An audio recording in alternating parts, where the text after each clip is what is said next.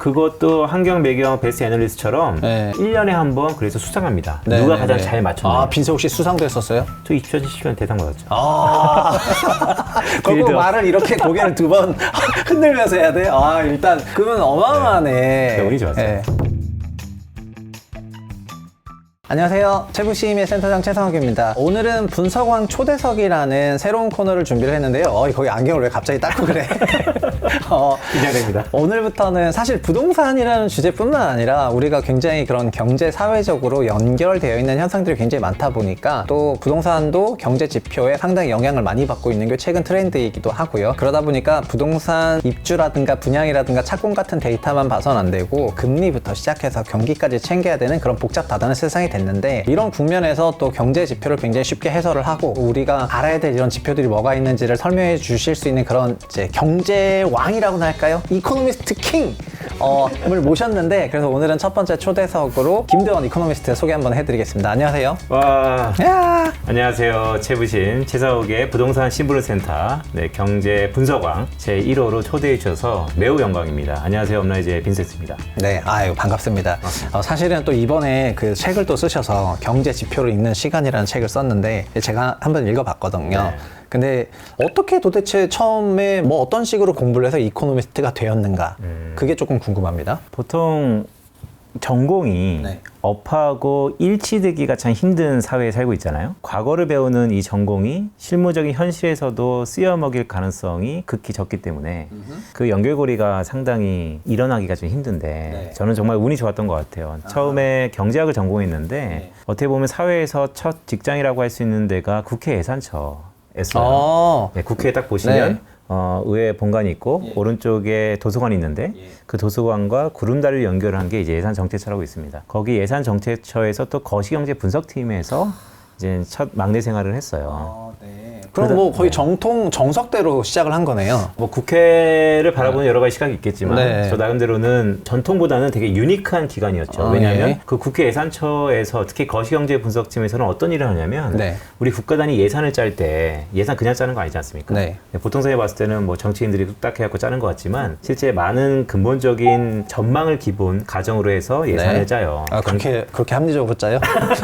그냥 막 생때 예산 짜는 거 아니고요? 네, 일단 보긴 합니다. 이렇게 흘러가는구나. 아, 예, 오케이. 네, 그래서 뭐 경제 성장률이 네. 얼마나 될 거냐를 짜는데 예산이라는 게 우리가 매년 뭐 추경도 하고 1년 단위 예산을 짜지만 정말 예산을 짤 때 10년, 50년, 100년의 추이를 보고 예산을 짠다고 저는 믿습니다. 네. 그렇게 보고서 올리기 때문에. 네. 그래서 제가 있었던 국회 예산처 거시경제 분석팀에서는 100년짜리 경제 전망을 해요. 100년짜리를 해요? 프로젝션을 하는 거죠. 뭐 세상 쓸데없다 보이기도 하고 뭔가 되게 뭐 위대해 보이기도 하고 하여튼 그런데 그래서요. 네, 그래서 네. 이제 유니크한 그런 네. 작업을 하다 보니까 전공도 경제학이고 한치 앞도 모르는데 이게 100년의 역사를 어떻게 알 수 있을까에 네. 대한 호기심과 의구심들이 자연적으로 업에 녹아져 내렸고 아하. 그래서 이제 뭐 경제학이 좋아졌죠. 네, 그 네. 안에서도 거시경제 분석이라는 것을 특히 좋아하게 됐고 네. 그래서 원래는 유학을 가려고 아. 유학을 가려고 PhD를 가려고 네네. 하다 보는데 그때 제가 국회에 있었을 때 글로벌 금융위기를 맞습니다. 그래서 하루에 뭐 다우지수가 뭐 예. 300포인트, 500포인트 예. 내려가는 걸 진짜 목격하고 네. 그러다 보니까 이제 유학을 못 가게 됐죠. 뭐 돈을 날렸나 보죠? 돈도 그렇지만 제가 실력이 간당간당했어요. 워낙 실력이 일치했으면 그런 거 없이 그냥 실력이 간단하했기 때문에 왜냐하면 실력이 뛰어났으면 뭐 경기 침체가 오던 경기가 좋던 그냥 국비 장학금 받고 가는 건데 되게 간단해서 운이 좋았어야 유학을 갈 수 있는 케이스인데 네. 이제 안 되는 거죠. 평균이 높아지니까. 예. 그래서 이제 뭘 할까라고 하다가 국회에서 맨날 바라보는 지금은 제가 금연을 하지만 그때는 흡연을 엄청 할 때예요. 네. 국회에서 바라보는 반대편의 여의도의 그 화려한 그렇죠. 증권가. 그렇죠. 네, 저기가 기회의 땅이다. 라고 해서 자연스럽게 이제 두 번째 직장을 증권회사로 가게 됐고요. 네, 그래서 증권회사 중에서도 또 어딜 갈까. 네. 근데 그때 이제 보이는 게 다라고 결국 경제 분석을 해왔으니 리서치를 가고 싶은데 네. 그때만 하더라도 거시경제는 지금처럼 중요도가 뭐 지금도 극히 중요도가 높냐 안 높냐 사람마다 좀 분분하지만 지금 엄청 높아요. 네, 그때는 정말 비루했어요. 그래요? 네, 그런데 글로벌 금융위기가 왜 터졌냐? 예. 결국 거시경제의 큰 흐름을 놓치기 때문에 터졌다라는 것이 화제되면서 네. 증권회사에서 없어져 법했던 이런 거시경제 분석을 하는 이코노미스트들이 그때 갑자기 태동하기 시작했고 네. 좀 더 무게가 팀이라는 게 생기게 됐고 어허. 그래서 뭐 분석가, 거시경제 이코노미스트, 채권과 금리 이런 게 같이 팀이 되면서 무럭무럭 막 커질 때예요. 그래서 네. 그런 태동 단계에 제가 RA로 입사를 하게 됐고 그래서 쭉 뭐 하나증권 우리 같이 인연이 있었던 네. 또 이제 지금 대한민국에서 가장 큰 금융사 중에 하나인 KB증권 네네. 네, 굵직굵직한 곳에서 이제 이코노미스트를 운 좋게 하게 됐고 그러고 나서 한번 도전해보자. 네. 내 일을 한번 해보자. 네. 라고 해서 지금 스타트업에 와서 네. 똑같이 비즈니스를 하나 시작했는데 예. 그 비즈니스의 근간도 결국 제가 가장 자신 있어하고 좋아하는 이 거시경제를 중점으로 네. 비즈니스까지 연결돼 온 상태. 갑자기 올해까지 한 거예요? 그렇죠. 2008년 이전부터? 네. 한 3, 4분 사이에? 아니 나는 어떻게 이코노미스트가 됐냐고 물어봤는데 오케이 그럼 어떻게 일단 이코노미스트가 된 거는 네. 경제학을 전공했으니까 그런 것도 있고 국회를 갔었는데 유학을 실패하면서 아니에요. 그냥 도전을 해야지 실패죠. 도전 안 했으니까 실패도 아니고. 이코노미스트에 대한 수요가 조금 올라가서 맞습니다. 그랬다고 얘기를 하는 것 같은데 사실은 경제학을 보통 저 같은 사람은 배울 일이 없어요. 저는 공대 출신이어가지고 네. 그래서 공대생들 뭐 맨날 만나면 얘기하는 게 그런 거잖아요. 뭐 어저께 그 문제 풀었냐, 밥 먹었냐, 저 여자 예쁘지 않냐, 이게 딱 이거만 하거든요. 네네. 그 여자는 보통 대부분 다 상경계를 다녀. 특히 경제나 경영학과 출신의 그런 친구들이 굉장히 많거든요. 네. 우리 공대 너드들은 항상 네. 그들을 존경하고. 부러워하면서 네. 그래서 마음 깊은 곳에서는 이런 경영경제학과 출신의 후생들을 인정하지 않은 이제 우리 진정한 학문은 여기 공대고 약간 이런 게 좀 있었거든요. 저도 그게 네. 100% 동의해요. 왜냐면 네. 저 이런 얘기 방송에 처음 하는데 네. 저 이과였어요. 그래요? 저는 공대 피감입니다. 오케이. 네, 네. 좋아요. 네. 근데 경제도 막 거시, 미시 이렇게 나누잖아요. 네. 요새는 반대로 미시 경제 얘기는 또 되게 안 하는 것 같고 거시, 네. 미시라던가 네. 요즘에 왜 미시 얘기를 좀 많이 안 하는지 그것 좀 네. 궁금하네요. 뭐 일단 거시경제란 무엇인가에 네. 대해서 얘기를 좀 해야 되는데요. 뭐 쉽게 설명하면 네. 큰 그림, 큰 그림? 뜬구름. 뜬구름? 큰 그림일 수 있죠. 네. 그러니까 거시경제라는 것은 네. 한 국가의 총체적인 경제 현상을 담는 내용입니다. 네. 흔히 거시경제라는 게 우리 분야별로 뭐 소비다, 아니면 생산이다, 네. 뭐 투자다, 더 네. 나아가서 뭐 정부 지출과 수수 지출, 이런 우리 배울 때 그 GDP 공식 배울 때 그거? 지출 항목별 항공식. 네, 그게 거시 경제에서 배우는 거고. 그럼 그렇죠. 미시는요? 미시는요, 각 주체들 있잖아요. 네. 기업이나 가게, 네네. 그들의 행동이에요. 예를 들어서 기업은 그 안에서 구조가 네. 완전 경쟁 시장이냐, 네. 독과점이냐, 아니면 가게는 네. 어떻게 본인의 뭐 소비 한계 성향이라 해서 번 것만큼 얼마나 쓰느냐, 뭐 이런 것들을 좀 쪼개서 네네. 그 안에 어떻게 보면 섹터라고 할 수 있죠. 네네. 가게 섹터, 기업 섹터의 안에 벌어지는 일들을 다루는 것을 미시경제학이라고 보면 좋고. 그럼 사실 거시미시 경제를 다 보는 건데 그냥 제가 잘 모르고 그렇게 질문을 한 셈이 됐네요. 그러니까 이제 네. 어느 한쪽을 깊게 볼 것이냐, 네. 아니면 한 발짝 뒤에서 큰 그림을 볼 것이냐. 그래서 그 큰 그림을 보다 보면 전체적인 윤곽을 볼 수 있지만 네. 안에 구체적인 모호성이 항상 있는 거고 작은 데만 한번 보다 보면 이 시장에 대해서 깊게 파다 보면 여기가 온 세상인지 알겠지만 한 발짝 뒤에 보면 정말 비중이 작았던 네. 수도 있고요. 그래서 통체적으로 미시와 거시를 넘나들면서 봐야 네. 될 필요가 있고요. 근데 경제학을 전공하신 분은 그럼 거시미시 다 잘 보시겠지만 네. 소위 뭐 박사 레벨로 가면은 그 중에 네. 하나를 골라야지 되나요? 정답이에요. 그러니까 학부생 때는 경제학이 대부분 이제 서술형이라고 네. 해서 물론 뭐 요즘에 그레이드가 좀 다른 데도 있지만 말로 배워요, 경제학을. 네. 네, 그럼 재밌어요. 말로 네. 배워요. 학설사 이런 거 재밌죠. 네. 리카도부터 멜더스부터 쫙 해갖고 네. 뭔가. 어차피 논리 싸움이어가지고. 그렇죠. 네. 그래서 그때는 자기 주장 세고 말 잘하고 뭐 약간 이제 진득하니 지구력 높으면 뭐 학점도 잘 받고. 네. 근데 이게 이제 석사 레벨로 가면 네. 이제 말로 배웠던 모든 것을 이제 숫자로 다 치환하는 작업이 있어요. 그러면 이제 그게 수학 공식, 산수. 그럼 그때부터 문과생들은 이제 멘붕이 오는 거죠. 네. 그쵸. 근데 또 다른 재미를 느낄 때도 있어요. 이게 내가 썰로 풀었던 것이 네. 실제 숫자적으로 증명이 되는 거구나. 그래서 그 모든 것들을 요즘에 또 미국에서 실증 경제학 그래서 네. 모든 가정을 세우고 실증 데이터를 통해서 현상을 설명하는 이런 뭐 엠프리컬이라 그러는데 그런 실증 분석들이 또 중심이 돼서 많이 또 재밌어 했죠. 그러다가 이제 박사 과정을 되면 네. 그 중에 하나를 선택합니다. 미시를 할지 거시를 할지. 물론 박사 과정도 정말 똑똑하면 위아래 다 할 수 있지만 네, 그 중에 대부분 다 선택을 하죠. 근데 선택이라는 것은 인생을 살면서 매우 중요한 건데 네. 선택의 반대 의미는 잃어버린 기회비용, 네. 즉 포기하는 다른 비용이잖아요. 그래서 박사 과정이 어느 한 곳에 선택하는 게 과연 좋은 것인가에 대해서도 지금 제 입장에서 보면 선택이 되게 신중해야 된다. 그런 생각이 들죠. 빈센은 그러면 거시예요, 미시예요? 저는 거시 쪽이고요. 네. 그런데 거시가 더 많나요? 거시 전공하신 분들이? 그때그때 트렌드에 따라 달라요. 왜냐하면 왜 선택을 하겠습니까? 네. 나중에 취업 시장에 갔을 때 취업 잘 되는 것을 하는 거죠. 그때 트렌드에 따라 달라요. 근데 저는 아이러니하게 네. 석사 때는요. 네. 그 미시 계량 경제학을 했어요. 제가 학부 때랑 석사 때 썼던 네. 논문 중에 하나가 지금 이렇게 들으면 되게 재밌으실 거예요. 프로야구를 스포츠를 하나의 산업으로 보고요. 예. 프로야구 불확실성이라는 게 있어요. 일례로 한국 국가대표가 네. 가나랑 축구 대항전을 하면 네. 흥행 안 되잖아요. 그렇죠. 그렇죠? 네. 그런데 한일전 이건 흥행 되잖아요. 흥행되죠. 그렇죠. 그게 바로 불확실성의 정도입니다. 즉 경합도라는 것이죠. 네. 그만큼 각 국가 스포츠라는 산업도 이런 불확실성과 경합도에 따라서 네. 가격, 티켓 가격을 달리 받아야 된다. 이게 미시경제학이 계량경제학과 만났을 때 나오는 실증분석 페이퍼예요. 네네네. 제가 이제 그런 거를 주로 이제 한문에 썼었고요.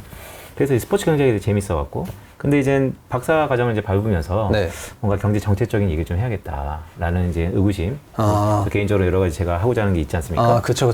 큰 그림? 네. 그래서 이제 그래서 오케이. 네, 거시경제를 하게 됐고, 네. 요즘에는 이런 거시경제를 하다 보니까 또 재밌는 게 이런 재무학, 경영학 박사님들이 그렇게 많지는 않아요. 네. 대한민국에. 그래서 이 금융 파이낸스에 내가 갖고 있던 이 경제학적 마인드와 좀 복합적으로 결부해서 새로 태동되는 자산들을 한번 좀 들여다보자 네. 라는 것으로도 약간 보고 있습니다. 사실 뭐 빈센트도 그렇고 저도 그렇고 암호화폐 회사를 저는 1년 다니고 그만뒀지만 빈센트는 1년도 안 다니셨네. 이제 계속 다니시는 중이고. 이거는 컷하지 말고 반드시 살려주세요. 이분 때문에 왔습니다. 제가 불렀지만 부르고 전 나갔기 때문에. 그럼 이걸 한번 여쭤볼게요. 이코노미스트들은 경제 데이터를 계속 보다 보니까 네. 그 어떤 느낌이냐면은 현업에서 일하는 저의 느낌도 아마 비슷하고 다른 보시는 분도 그런 느낌일 수도 있는데 그냥 툭 건들면 자자자자자 나오거든요. 네. 그냥 거의 뭐 기계처럼. 네. 그래서 이런 경제 데이터를 거의 기계처럼 보고 있고, 그리고 더 놀라운 거는 적중률이 높은 편이라고 저는 느끼거든요. 네. 되게 적중을 잘하는 것 같아요. 네. 근데 어떻게 좀 그럴 수가 있는지, 그리고 질문이 좀 뜬금없는데, 그러니까 이코노미스트는 왜 한결같이 건들면 다 답을 잘 얘기를 하고 그 다음에 잘 맞추는가? 네. 이걸 좀 궁금해하고 있습니다. 일단은 잘 봐야 돼요. 네. 잘 봐야 돼요. 왜냐면 이게 되게 중요합니다. 네. 왜 이렇게 숫자들을 툭 건들면 쭉 나오냐. 네. 그거는 자주 보기 때문입니다. 매일 발표되는 주가지수 저점과 고점을 기가 막히게 보시는 분들이 있어요. 기억하시는 네. 분들이 네. 자주 보기 때문이에요. 그런데 그 안에 흐름, 형태 이런 것들은 자주 본다고 다 해결되는 게 아니고 잘 봐야 됩니다. 집중해서 봐야 된다는 것이죠. 사람도 마찬가지잖아요. 네. 처음에 볼 때랑 집중해서 보는 것처럼. 그런 식으로 아무래도 이코노미스트는 세상을 설명하는데 우리가 사용하는 무기가 네. 경제 지표이기 때문에 네. 그 경제 지표를 수시로 보죠. 네. 자주. 그러다 네. 보니까 대충 이 플럭츄레이션, 흐름 같은 것이 머릿속에 있는 것이고, 근데 거기서 더 나가서 그러면 어떻게 미래를 그나마 잘 맞추느냐라고 네. 보면 이제 개인마다 갖고 있는 툴들이 있을 거예요. 저는 그것을 제 모형이라고 표현하는데, 네. 그래서 이코노미스트들은 그 모형을 남들한테 설명할 수 있는 모형이 있고, 하나는 자기 머릿속에 있는 설명은 불가능하지만, 뭐 이런 거잖아요. 내일 비 올 것 같아요, 안 올 것 같아요? 올 것 같아요. 네, 설명해봐. 그러면 그냥 오늘 와서. 그쵸. 역시 이거 이코노미스트의 기본적인 재질이 있어요. 자질이 있어. 왜냐면 그런 겁니다. 네. 내일의 설명력이 높은 정보는 네. 바로 오늘의 정보 있는 것처럼 그렇죠. 네, 거시경제 데이터에 대한 전망을 뭐 3년, 5년, 10년의 불확실성은 되게 높겠지만 다음 달과 그 다음 달은 연관성이 충분히 있다라는 네. 것으로 자주 보고 잘 봤고 과거의 이런 패턴과 그런 패턴이 나타났을 때 전후의 상황들이 데이터가 안에 있기 때문에 네. 그러면 이렇게 내려왔을 거고 다음 달은 네. 이럴 가능성이 높겠다라고 얘기할 수 있는 것이죠. 근데 이게 느끼는 게 네. 가끔 저희 같은 사람이, 저도 애널리스트일 때 네. 직업적으로 주식 투자를 못하기 때문에 네. 그냥 직업적으로 못해서 못하는 건데 네. 반대로 이걸 너무 오래 못하다 보면은 네. 결국 그 동물 잡는 법도 까먹어가지고 네. 그냥 토끼가 지나가나 보다. 네, 네. 토끼는 사자가 잡아먹는 거야. 네. 약간 뭐 이런 그 되게 설명 기반으로만 가고 실제로 그 사자가 되어서 토끼를 잡아버릇 안 하다 보니까 네. 약간 이렇게 현실 감각이라든가 이를 실제 투자를 과연 잘할까 이 사람이, 그러니까 네. 이론을 되게 빠꼼하게 알고 있는데 네, 네. 그런 질문을 저도 많이 받았거든요. 저도 엄청 받았죠. 근데 이코노미스트도 그런 질문 제가 볼 때 진짜 사더미같이 받을 것 같은데, 왜냐면 받죠. 이런 외부 강연들을 하다 보면은 네. 막 강연 말미에 그런 거 물어보잖아요. 뭐에 투자하고 계십니까? 라던가 앞으로 뭘 보십니까는 그래도 젠틀한 질문이고, 너 뭘로 돈 벌었냐부터 그쵸. 시작해가지고 그쵸. 뭐 투자는 잘 하냐 막 이런 되게 원색적인 질문까지 하거든요. 네. 근데 좀 더 종합적으로 묶어서 이코노미스트가 되어서 정말 이런 거시 경제 지표들을 쭉 보다 보니까 네. 이렇게 투자나 이런 걸 하는데 정말 도움이 되던가요? 도움이 되고요. 네. 왜냐하면 그 결과는 좋았을 때도 나름대로 도움이 됐고 실패했을 때도 나름대로 도움이 됐습니다. 네. 그 이유는 뭐냐면 어떤 선택을 할 때 기본 자기만의 철학을 확립하는데 거시경제 데이터가 매우 중요했다라고 저는 보고 있고, 언행일치가 되느냐 네. 가장 중요해요. 왜냐하면 이코노미스트 애널리스트한테 끝없이 물어보는 거 아닙니까? 예. 그렇게 잘 알면 그대로 투자하느냐. 제가 짧은 소고를 말씀드리면 그건 용기인 것 같아요. 용기고 자존감인 것 같습니다.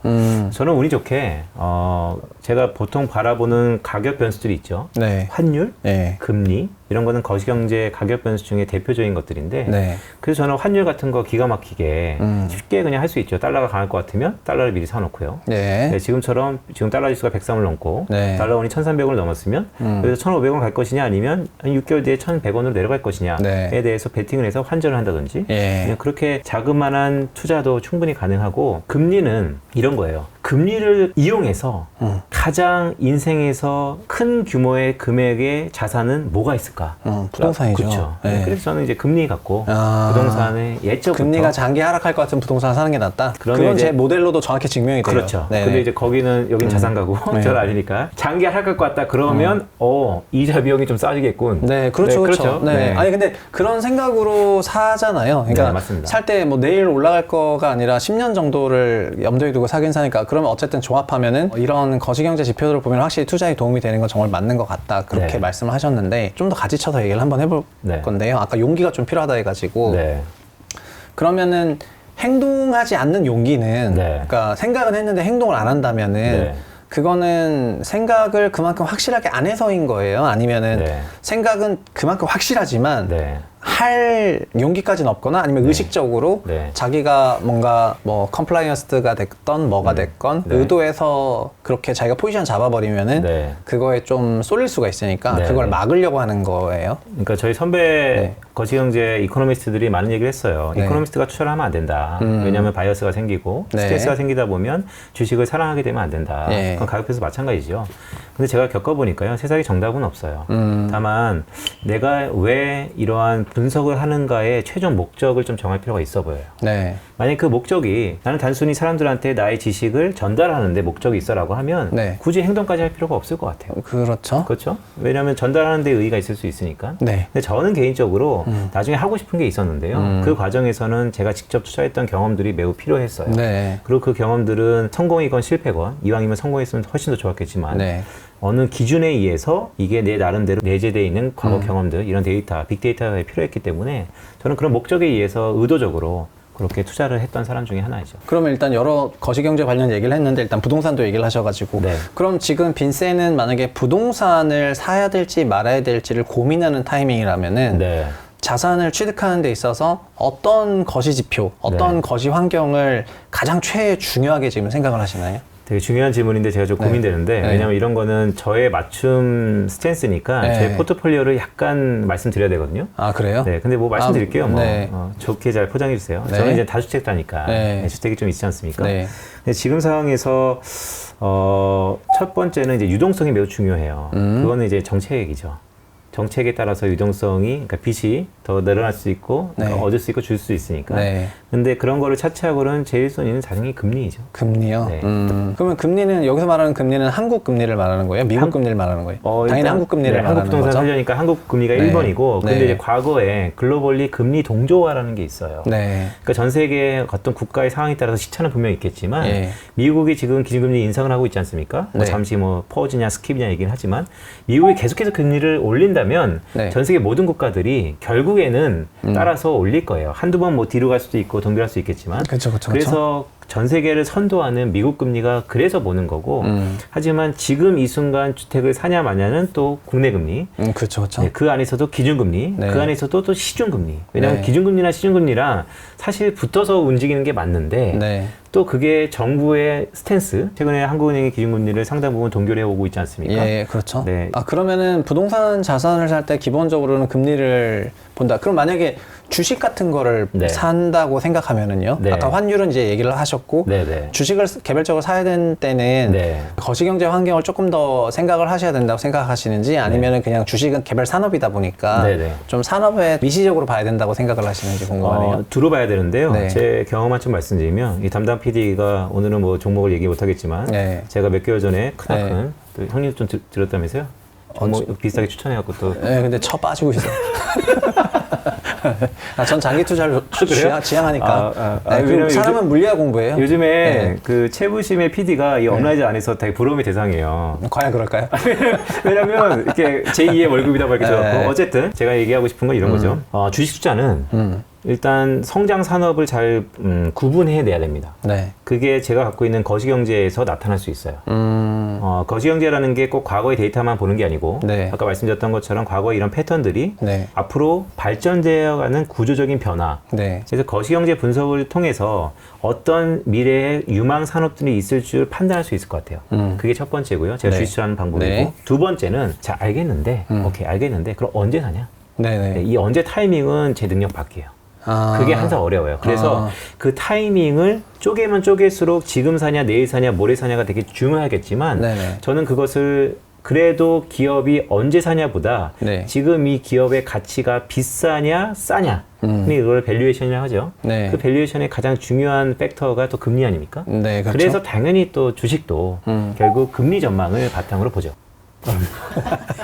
아니 어렵진 않고 네네. 그냥 뭔가 되게 네네. 아이디어라는 게 네. 들려가지고 네네. 오케이 그러면은 경제 지표를 읽는 시간이라는 일단 책을 쓰셨잖아요. 네. 그럼 요 책은 쓰시게 된 계기가 뭐예요? 왜냐면 2021년에 있었던 넥스트 같은 경우에는 네. 그거는 뭐 러시아 우크라이나 전쟁을 그 책에서 거의 뭐 예상했다 싶을 정도로 예상하고 그다음에 미중 갈등으로 인한 어떤 권역화, 블록 경제. 네. 그리고 제로화 금리가 아니라 중금리로 대표되는 약간 그런 중금리 중물가 네. 시대라던가 네. 굵직굵직한 키워드가 엄청나게 많이 나와가지고 네. 그 책은 이쪽 이코노미스트로 거의 뭐 20년 가까운 생활 동안에 막 갈고 닦은 거를 네. 쫙 펼쳐 보이면서 네. 그 무림 초식을 쫙 펼치는 것 같은 네네. 그런 느낌이 들었거든요. 네. 근데 요 책은 그냥 자 칼질은 이렇게 하는 거야 이러면서 네. 네네. 이렇게 네, 요리법. 칼질하고 뭐 칼은 어떻게 굉장히 기초적인 네. 거였는데 네. 다시 이런 기초 도서로 돌아갔던 이유는 뭘까요? 그거는 이제 제가 네. 책을 쓰는 이유하고 똑같은데요. 네.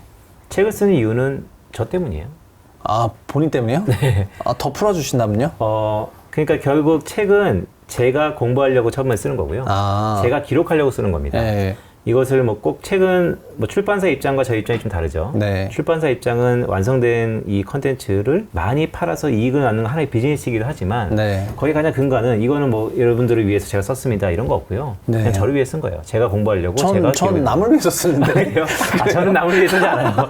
저는 저를 위해 그래요? 쓰고요. 그렇기 오케이, 때문에 오케이. 어떤 네. 방식은 네. 제가 좀 더 이 컨텐츠는 제가 스스로 자세히 편하게 서술하게끔 기억하고 싶다라고 하면 넥스트처럼 그렇게 나가는 거고 이거는 이거는 언제 내가 항상 찾아 쓰는데 네. 맨날 구글링 하던 거 귀찮고 네. 또 이거 항상 필요한 것 같으니 네. 그거를 제가 찾기 좋게 모아놓은 것이죠. 그래서 이 책은 그래도 앞에 기준이라는 걸 정했잖아요. 네. 그냥 우리가 바빠 죽겠는데 모든 경제 지표를 다 알면 좋겠지만 네. 그럴 이유는 별로 없다. 네. 그래서 정말 바쁘더라도 우리 하나씩만 우리 포인트 꼭 이것은 짚고 넘어가자 네, 네. 하는 것을 제가 기분 따라서 오늘은 비가 왔으니까 이게 중요해 내일은 맑으니까 이게 중요해라고 네. 얘기하는 게 아니고 그렇죠. 네, 그거를 이론의 바탕으로 룰 베이스로 설명을 드리고 있어요. 왜 네. 룰 베이스로 설명해놨냐면 이해하기도 쉽고 잊어버리지 않기 때문에. 근데 그 룰을 제가 만든 게 아니고 경제 이론에 있는 것을 바탕으로 한 거죠. 그렇죠. 그러면은 예를 들면 미국 같은 경우에는 소비가 제일 중요하고 네. 또 우리나라는 사실은 수출입이 굉장히 중요하잖아요. 네.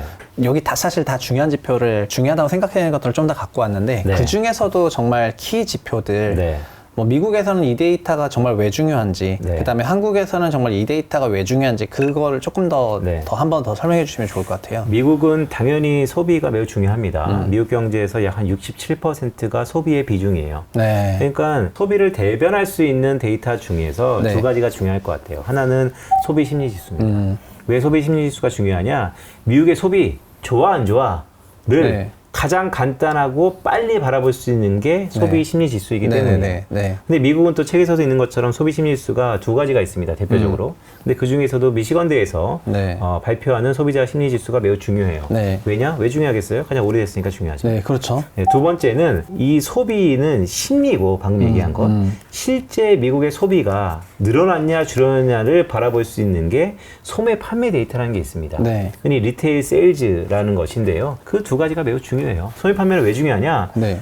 실제 소비 심리가 좋아져서 한 달 뒤에 나오는 이 소매 판매의 실적 데이터라고 할 수 있는 하드 데이터가 네. 좋았는지 안 좋았는지를 눈으로 확인할 수 있으니까. 네. 근데 그 소매 판매 데이터는 왜 또 중요하냐면 주가에 금융시장에 매우 영향력이 크기 때문이에요. 왜 그러냐면 소매 판매 누가 판매를 많이 했냐? 샘플링이 조사하는 대상이 기업이에요. 네. 똑같은 소비도 가게한테 조사하는 게 있고 예. 기업한테 조사하는 게 있는데요. 우리가 주식시장은 기업 어닝에 대한 프락시의 집합소 아닙니까? 네. 당연히 거시경제 데이터 중에서 기업한테 물어봐서 데이터를 갖고 와서 도출한 거기 때문에 네. 그 소스가 똑같다는 거죠. 네. 원칙은. 한국은 네. 일단 뭐 기본적으로 수출입이 중요하다 얘기하는데 네. 그 부분 좀 더 풀어서 얘기해 주신다면은요. 그러니까 한국은 저는 뭐 정치색은 없습니다. 하지만 소득주도 성장이라는 얘기가 한채 트렌드였었죠. 네. 근데 그게 그냥 나온 게 아니고요. 이제는 GDP의 그냥 비중을 부가가치를 빼 그냥 명목 비중을 놓고 보더라도 이제는 수출보다는요. 이 소비 쪽의 비중이 높아지고 있어요. 네. 이제 무조건 수출입이 아니구나. 네. 왜냐면 그만큼 이제 한국 경제도 많은 변화들이 나타나는 것이죠. 네. 하지만 흔히 얘기하는 그냥 GDP 상에서의 비중 외에 네. 우리가 부가가치라고 할 수 있는 최종적으로 나타나는 가치의 수출 쪽에서의 부가가치가 훨씬 더 크다 보니까 네. 여전히 한국 경제의 동인, 즉 모티베이션은 수출이다라고 해서 수출이 매우 중요하고요. 네. 그런 의미에서 수출 데이터가 한국 경제를 바라보는 가장 중요한 데이터 중에 하나이죠. 그래서 그럼 지금 점점 수출입 데이터에서 네. 뭔가 소비로 우리도 미국처럼 네. 그 정도까지는 아니지만 이렇게 무게중심이 변하고 있다. 그러니까 이제 저희 네. 그러니까 아마 저보다 이제 사실 사람들 잘 모르겠지만 저보다 엄청난 형님이세요. 네, 그 신체적 나이도. 네. 근데 우리 배울 때만 하더라도 진짜 매기는 거 아닙니다. 제가 우리 신체적 나이만 하더라도 네. 우리 때는 이런 거 배웠잖아요. 뭐 아침마다 텐트 친다고 말을 해야 돼? 진짜 아니 정말 사람을 매기.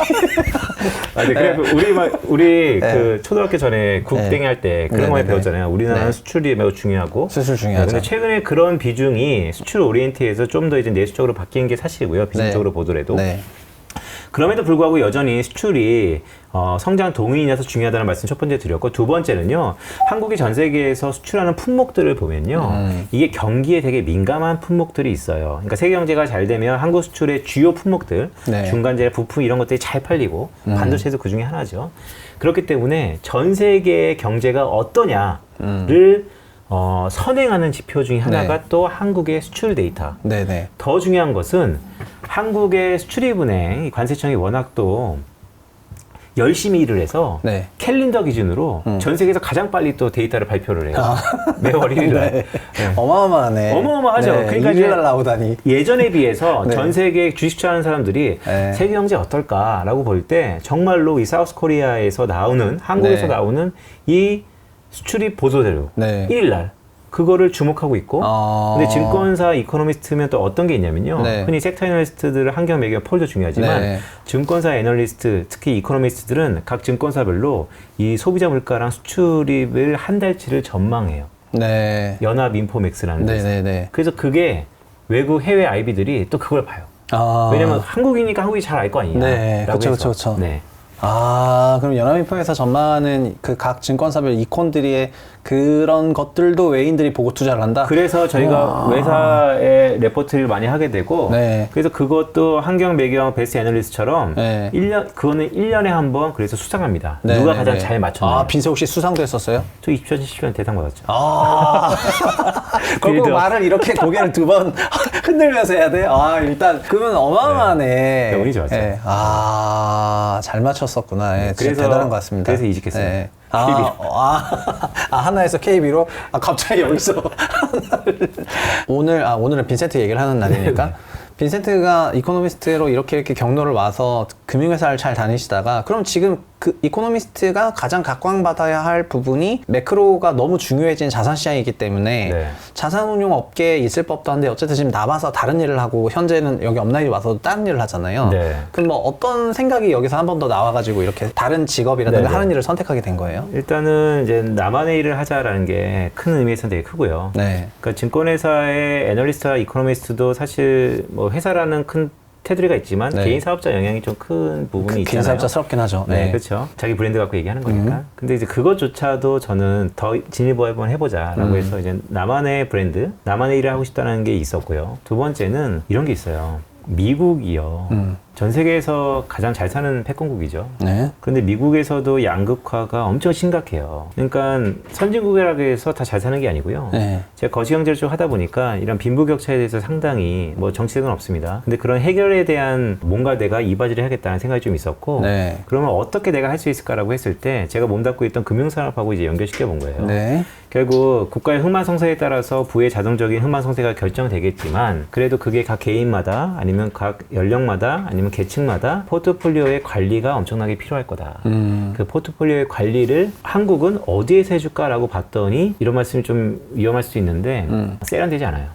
네. 네, 한국의 이 자문 서비스라는 게 세련되지 않아요. 왜냐하면 제도적으로도 그렇고 그게 이제 실력이 없어서 그런 것보다 제도적으로 증권회사와 은행, 뭐 금융회사들은 흔히 지점에 가서 고객을 관리하시는 분들이 이런 자문 서비스를 나의 무형자산을 딜리버리 하는 데 있어서 돈을 받을 수 없잖아요. 그 뭐 자문으로 돈을 받는다라고 하면 고객들이 화를 낼 거예요 아마. 자문과 이런 건 다 서비스인 것이고 네. 애널리스트도 그런 이제 수익성에 대한 문제가 지금 생기기 시작했고 그런데 미국이나 다른 나라들은 자문에 대해서 정당하게 돈을 받거든요. 그러면 저는 이제 어떤 얘기를 했냐면 가 보니까 국가마다 앞으로 미래에 펼쳐진 세계는 양극화가 되게 확대될 건데 네. 그 양극화는 국가가 잘 될 거냐 안 될 거냐의 점검과 분석도 중요하지만 정말 내 옆에 있는 친구, 내 옆에 있는 가족 개별 단위로 놓고 보면 이 개인들의 흥망성쇠도 매우 중요하다. 근데 그 개인들의 흥망성쇠를 결국 자산이라는 이 포트폴리오를 어떻게 운용하느냐에 따라서 정말 달라지더라. 거기에 뭔가 몸담고 내가 업을 해야겠다라는 것에 첫 스타트로서 자문 서비스를 이제 하는 건데 네. 근데 이 자문 서비스가 나는 준비가 돼도 상대방이 준비가 안 될 수도 있고 나는 준비가 안 되는데 상대방이 준비될 수도 있잖아요. 네, 그래서 그렇죠. 이것을 지금 누구한테 한번 해볼까라고 했을 때 제 1번 저희 타겟이 하이네월스. 하이넷월스. 네, 그러니까 부자 네. 자산가들은 네. 이런 니즈가 있을 것이다. 네. 네, 왜냐면 자기의 자산을 관리하고 싶어하는 니즈요. 그쵸. 아니 그런 니즈야 다 있겠죠. 그렇죠. 근데 빈센트가 그러면 지향하고 있는 자문 서비스에 뭐 어떤 그런 방향이나 이런 게 있는 거예요? 있죠. 현재 한국의 자문 서비스는 크게 네, 보면 이런 거예요. 네. 좋은 제품이 있습니다. 네. 좋은 서비스 자문이 있어요. 거기에 1부터 100명이 다 맞추는 거예요. 그런데 그거는 네, 네. 어떤 사람한테는 잘 맞는 네. 서비스일 수 있고 어떤 사람한테는 잘 안 맞는 서비스일 수 있어요. 아, 좀 상품 베이스다? 그렇죠. 아. 그렇죠. 그러니까 상품을 네, 잘 만들어 왔는데 네. 그러니까 영화를 잘 만들어 왔는데 네. 어떤 사람은 이 영화를 보고 감동할 수 있고 실망할 네. 수도 있잖아요. 그렇죠, 그렇죠. 그런데 그거는 얘기한 것처럼 공급자 마인드이고요. 수요자 마인드로 접근하면 네. 좋은 상품이라는 것은 그 사람한테 안성맞춤, 그 네. 사람의 만족감을 주는 상품이어야 돼요. 그래서 저는 이제 거꾸로 하고 싶은 겁니다. 아. 네, 고객의 상황을 쭉 보고 네. 소통을 해서 네. 이 사람의 미래 향후 계획, 하고자 하는 거 현재 포트폴리오를 감안해서 네. 그것에 맞춤 자문 서비스가 들어가야 된다. 모든 금융사가 그걸 하고 싶어 할 거예요. 다만 왜 네. 못하냐? 네. 결국 비용 대비 편익인 거죠. 그렇죠. 그렇게 모든 한 사람 한 사람 건 바이 건으로 다 하다 보면 결국 비용 대비 편익이 안 나온 거고. 근데 저는 스타트업에서 네. 한번 그걸 해보겠다. 그렇구나. 아, 그럼 빈센트가 생각하는 거를 빈센트의 그 자문과 관련된 걸 AI화해서 네. 앱이 됐던 뭐가 됐던 매시하게 하면은 더 좋아지는 거 아니에요? 그건 이제 비즈니스인데 네. 저희 CEO께서 그런 비즈니스에 큰 청사진을 갖고 계시죠. 아, 그러니까 그것도 불가능한 건 아니다. 그러니까 어느 뭐 정도에서는 들어가겠죠. 할 수도 있다. 네네. 아, 그럼 요즘 그러고 보니까 어떻게 보면 어플이나 자산관리 어플에서도 네. 소위 이런 여러 솔루션을 제공하려고 하는 그런 노력들을 하고 있는데 맞습니다. 그런 것도 이런 좀 연장선이라고 생각을 하면 되는 거죠. 그렇죠. 점점 이제 그게 플랫폼화되고 네. 하이테크가 연결되면서 바뀌겠죠. 하지만 네. 저는 이제 그것을 먼저 네. 시범적으로 네. 제가 팀을 꾸려서 유능한 팀이 있지 않습니까? 한번 해보겠다. 아, 그렇구나. 어쨌든 지금 정말 개인 단위에도 자산 배분의 시대가 됐다는 게 나 이제 슬퍼. 왜요? 아니, 저희가 아니, 부자되고요. 아니 그냥 뭐가 네. 슬프냐면요. 네. 정말 세상이 점점 네. 어렵고 네. 복잡해지긴 했어요. 네. 그러니까 예전에 그냥 회사 다니고 회사 다니면서 벌어들이는 그런 소득으로 여러 명 나오면서 대충 잘 살던 그런 시대에서 뭔가 자본주의가 고도화되면서 이렇게 쫙 그 스펙트럼이 넓어지고 그래서 어떤 전개를 잘 한 사람과 그렇지 않은 사람 간의 자산 격차가 너무 커지고 네. 또 저는 부동산을 좀 다루다 보니까 2017년부터 2021년 사이에 집을 갖고 있냐 안 갖고 있냐 가지고 진짜 엄청 벌어졌거든요. 자산 그렇죠. 격차가. 네, 맞아요. 그래서 문정부가 그 소득 불평등은 해소했다고 자화자찬을 하는 발표가 있었지만 내부적으로도 뭐가 있었냐면은 자산 불평등은 엄청 커졌어요. 그래서 합치면 결국 불평등이 커졌던 거의 거예요. 맞아요. 한국도. 맞아요. 그리고 주변에 보면은 나오잖아요. 맞아요. 그냥 회사 열심히 다니고 일만 했던 사람들하고 뭔가 투자를 좀 했는데 그 투자가 잘 된 사람이랑 집이 좀 있어서 집이 엄청 올라간 사람이랑 엄청 달라졌거든요. 네. 그리고 서울과 뭐 지방 간에도 달라졌고, 그러니까 사람도 달라졌고, 지방도 달라졌고, 막 국가도 달라졌다는 생각이 들어가지고, 근데 여기서 또 다시 더 좋은 성과를 내기 위해서 진짜 자산 배분을 해야 되는데, 어쨌든 그 빈센이 하려는 그 자산 배분이 좋은 성과가 난다면은, 네. 나중에는 VIP한테만 하지 마시고, 네. 그 진짜 뭔가 어플리케이션이든 이런 네. 서비스가 돼가지고 네. 진짜 많은 사람이 다 동시에 받을 수가 있게 되면은 네. 참 좋겠다는 그런 생각을 조금 해봅니다. 그리고 그냥 네. 맡겨놓으면은 네. 그냥 알아서 그냥 기계처럼 AI 뭐 잘 굴러가서 네네. 이거 이렇게 귀찮은 생각을 해도 되나? 근데 이런 게 지향점이에요? 그렇죠. 지향점인가요 혹시? 이런 거는 네. 이제 궁극적으로 네. 그런 비즈니스가 제가 생각하는 미래에 하나 있습니다. 오케이. 여튼 그러면은 하시는 일 잘 되시길 건승을 빌겠고요. 아니 그런데 좀 듣다 보니까 네. 너무 부자들한테만 네. 그런 그 빈센트가 생각하는 이런 뭔가 자산 배분이라든가 이런 전략들을 정말 돈이 많으시거나 이런 분들만 들을 수 있다는 게 너무 아쉬워서 네네. 뭔가 이런 대중들에게 아니면 뭐 유튜브든 뭐 어떤 행사든 뭐 이런 거는 없어요? 있죠. 근데 이제 말씀하셨던 것처럼 네. 제가 이제 하이네월스를 지향하는 것이지, 그러니까 꼭 부자여만 뭐 포트폴리오의 다변화 이런 네. 건 아니고요.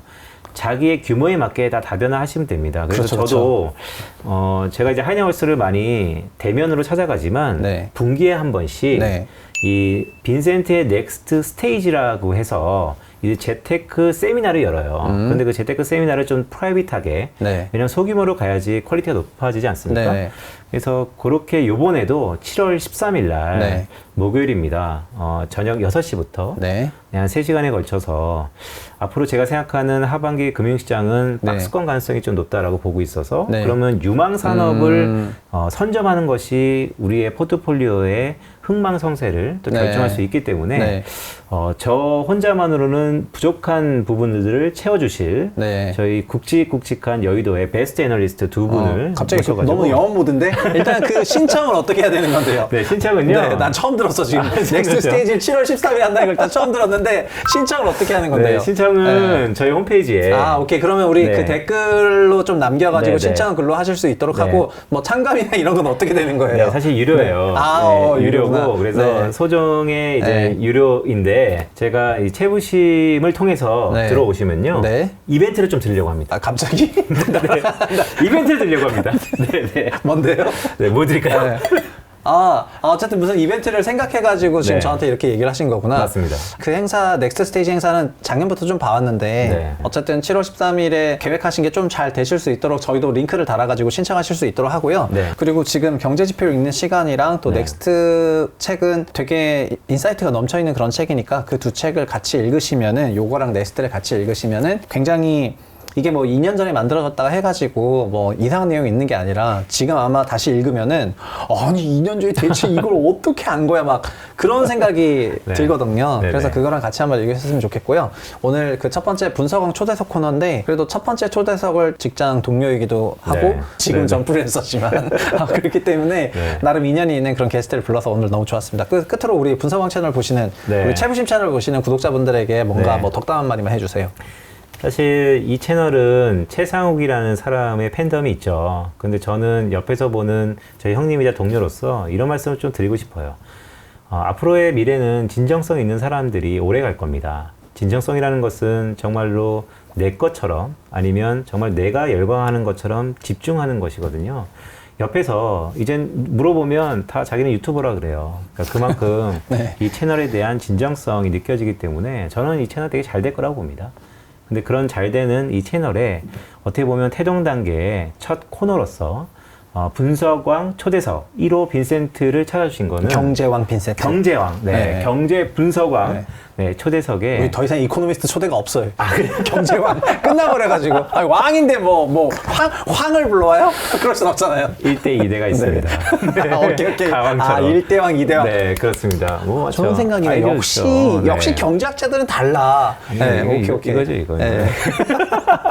네, 그래서 오늘도 영광이었고요. 네, 모두 다 부자 되면서 서로 소통할 수 있는 그런 채널이 되었으면 좋겠습니다. 네. 고맙습니다. 감사합니다.